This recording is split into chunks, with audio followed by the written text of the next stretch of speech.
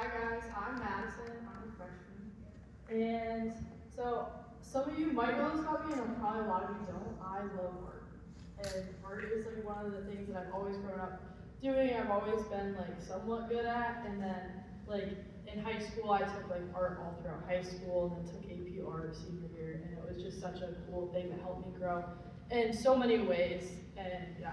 And also another thing that goes along with that is I'm a perfectionist, so my art has to be perfect because that's what I expect from myself.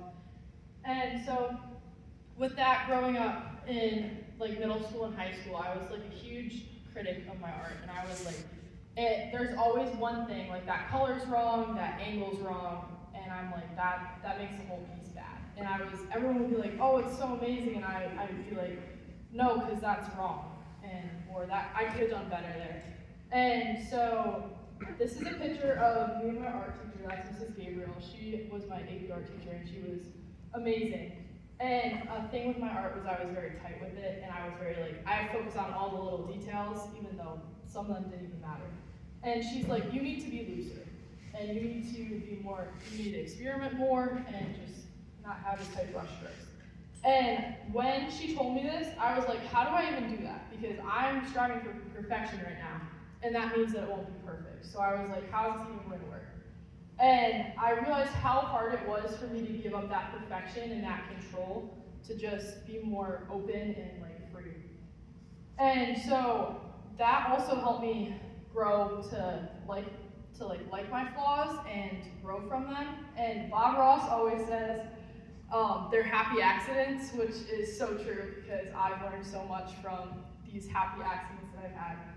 And my art also improved, and also I enjoyed art more. And along with this, so this was happening senior year, I was also realizing just how perfection was also in my life, not just in art, and how I was looking at life through the lens of perfection and how that's not possible. So I grew up in church, and I was blessed my whole life to be surrounded by people that love Jesus and that would push me closer to him. And in middle school, I started taking my faith seriously and having a personal relationship with Jesus. And so my mom and grandma are both great role models for me of what Christ looks like, but a thing that they both struggle with is perfection and control.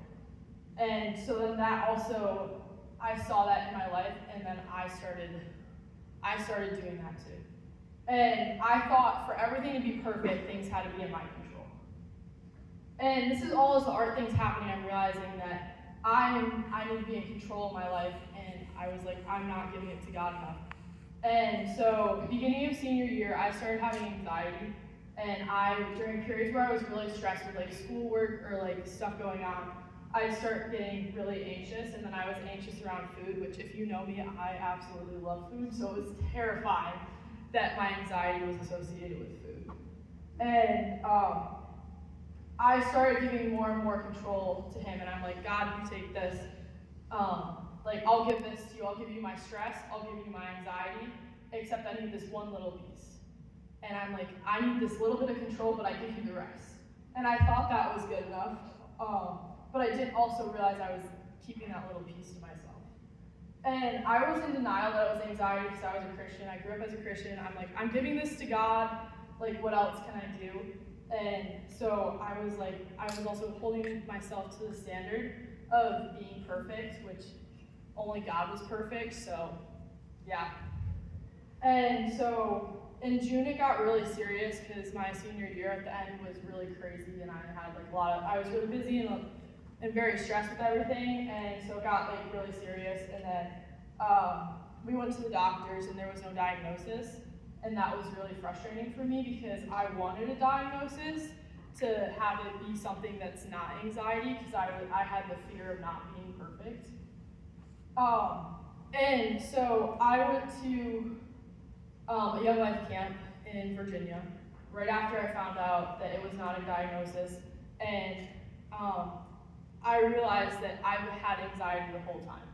And it's just been overcoming my life because I was not giving everything to him. I was keeping that one little piece, but I realized that I need to give him that one little piece too, and that I don't need any control. And so that week I learned to surrender everything to him, and fully everything. And also not fake my perfection for him, because at that time I was not like sharing my flaws with him, and it was more of, just kind of like hiding that stuff from him. And since then, I have not had a serious problem with anxiety or anything crazy like that, so that's such a blessing. And through this, I've learned he just wants me as I am. Like, he just is like, I have nothing to prove to him. God does not want you to prove anything to him, he just wants you as you are.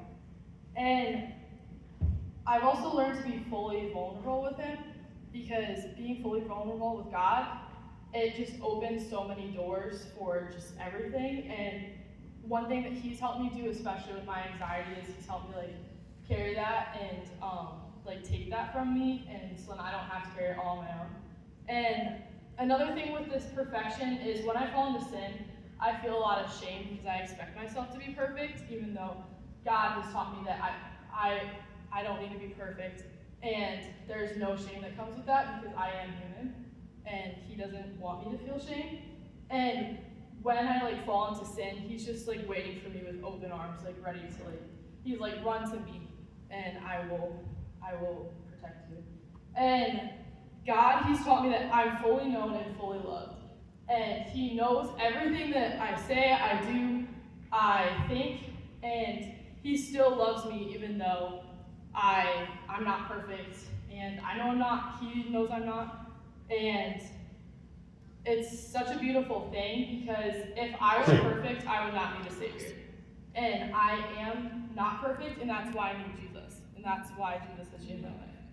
And through this, I found more joy in life by trying not to control the little things. And he's still teaching me to this day, like, how to grow in my not feeling perfect or perfection or however you want to say it.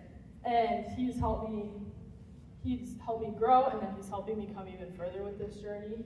And some days it is still a struggle. Some days I still feel like I have to be perfect, and then God reminds me, I reminded of the truth that only he was perfect. And I just want to leave you guys with something. We can't hold ourselves to the standard of being perfect. Perfection is inhumane because only God is perfect. Thank you.